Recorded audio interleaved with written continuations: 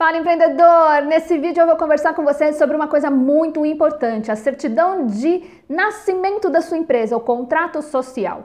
E aí você vai falar, Thaís, o que você tem para falar de contrato social? Quando eu abri a minha empresa, eu pedi para o contador pegar lá um modelo, a gente colocou as nossas informações ali, do nome do sócio, endereço e tal, e estava feito, só registrar. Mas não é bem assim, você corre vários riscos se você utilizar um modelo de contrato social pronto, esses modelos que você pode pegar no Google. Por quê? Existem detalhes no momento de você fazer o contrato social. Na verdade, esse momento é antes de fazer o contrato, porque você decide isso antes, no plano de negócios, que se você não colocar essa informação ou colocar de forma errada no contrato social, você pode ter problemas depois. Então, nesse vídeo eu vou te contar 7 coisas que você precisa se atentar no momento de fazer o seu contrato social.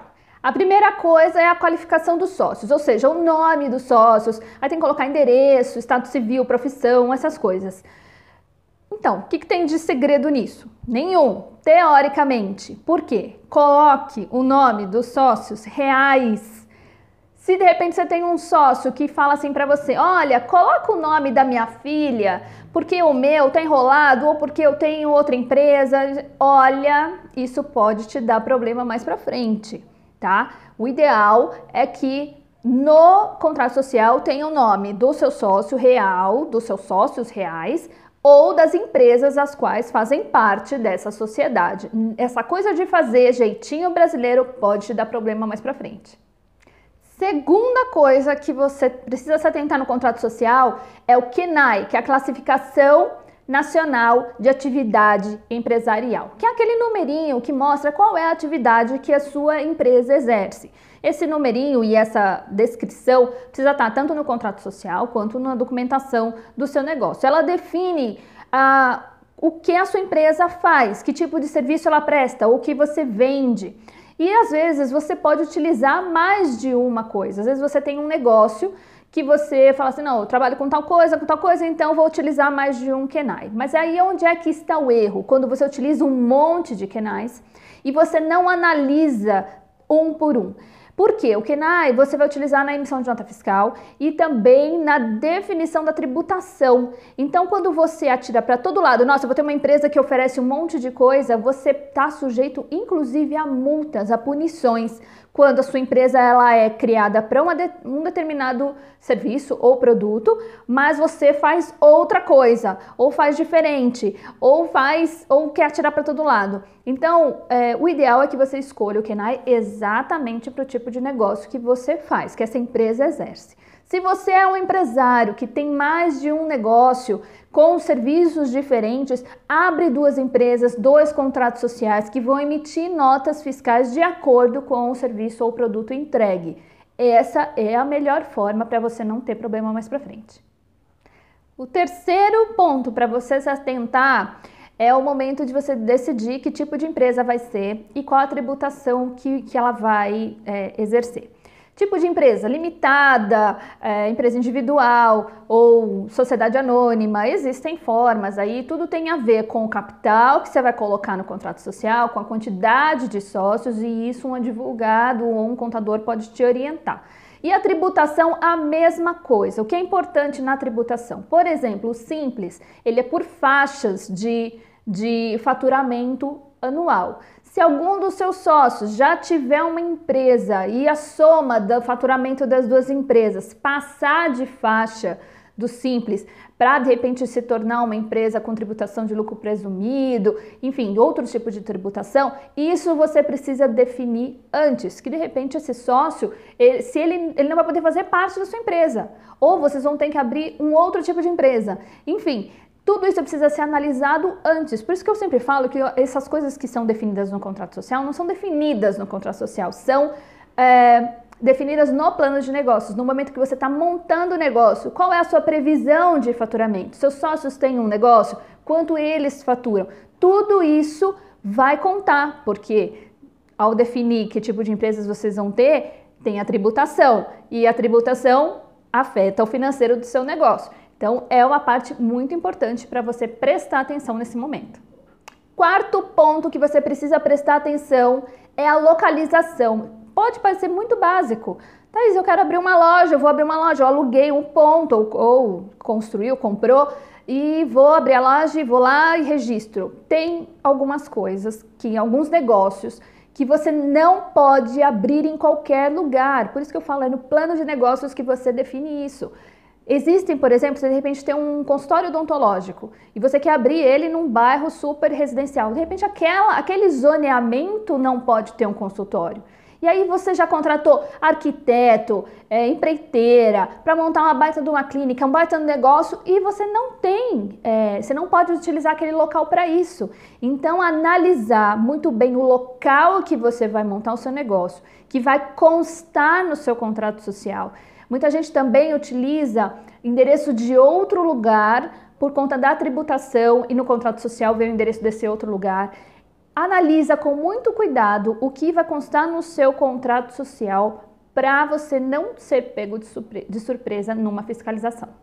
O quinto ponto é as cotas dos sócios. No contrato social a gente coloca lá o capital social, ou seja, aquele valor que foi utilizado, que é responsável, que a empresa se responsabiliza, que sempre foi utilizado para o começo, né? Estrutura, equipamento, aquele comecinho, né?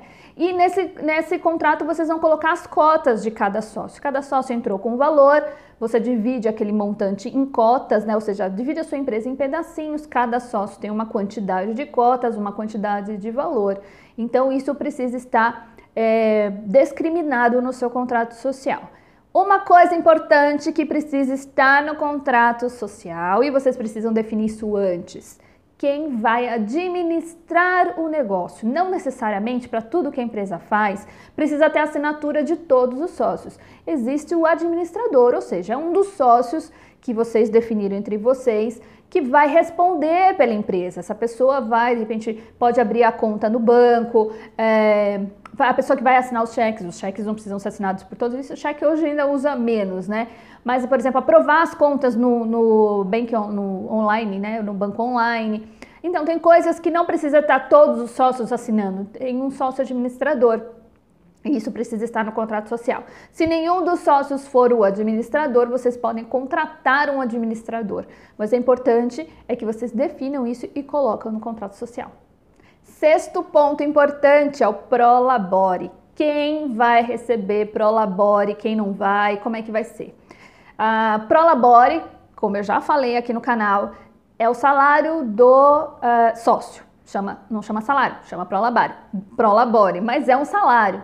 Então esse sócio é um sócio que trabalha, é um sócio que ele vai todo dia, ele tem tarefas, ele tem atividades, ele tem responsabilidade, como se fosse um funcionário. Se esse sócio não existisse, você contrataria uma pessoa com determinadas qualificações para fazer aquelas atividades. Esse prolabore, ele sofre alguns tributos, como imposto de renda, como INSS, como se fosse um salário normal. E os dividendos. Os dividendos são vamos dizer, a distribuição de lucros. Como é que vai ser a distribuição de lucros entre os sócios? Isso precisa estar no contrato social, porque é um contrato que você está fazendo entre vocês. Vocês vão dividir os lucros uma vez por ano, uma vez por semestre, todo mês? De que forma? Os dividendos, eles não incidem impostos sobre os dividendos, né? Porque já incidiu no momento que você efetuou a venda, já fez o recolhimento, aquilo lá que sobrou. Então, isso que vai ser dividido entre os sócios, os dividendos, não incide impostos. Mas precisa ser definido isso entre vocês. O que às vezes também pode acontecer é que a gente considera que se a empresa é 50-50 ou é dividido entre 5 pessoas, 20% para cada um, às vezes os dividendos não são necessariamente de acordo com a quantidade de cotas. Se pressupõe que sim, mas em alguns casos não. Então, quando não, principalmente precisa estar discriminado no contrato. O sétimo ponto é um ponto que é o acordo entre sócios, ou seja, as regras. Em alguns casos se coloca no contrato social, em alguns casos se utiliza isso como um documento em separado, mas que complementa o contrato social. Essas regras, que são acordos entre vocês, para que não venha dar problema mais para frente, são coisas como, por exemplo, Se um dos sócios quiser sair da empresa, como é que vai ser? Esse sócio ele vai poder, ele é obrigado a vender para um dos sócios ou ele pode vender para uma pessoa de fora da sociedade? Vocês precisam definir isso antes. Vamos supor que esse sócio tem 20% do negócio e ele vira para vocês e fala assim, olha, eu não quero mais, eu vou vender esses meus 20%. Aí vocês falam, tá bom, vende pra gente. Não, eu quero vender para outra pessoa. E de repente vocês não querem essa outra pessoa e pronto, tá instalada a confusão. Então, entrada de sócio, saída de sócio, distribuição de dividendos,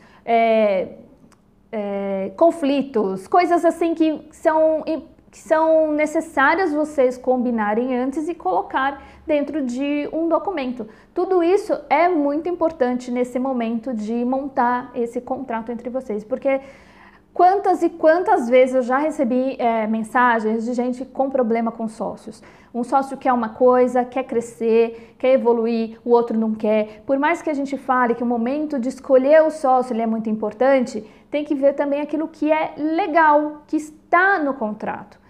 Então é uma série de conflitos que acontecem, que são pequenos, mas que dão bastante dor de cabeça, tudo porque não foi feito um contrato antes. E, voltando a falar o que eu falei no início, não pegue um contrato de modelo no Google. Contrate um advogado, sente, converse entre vocês com esse advogado para ele redigir esse contrato.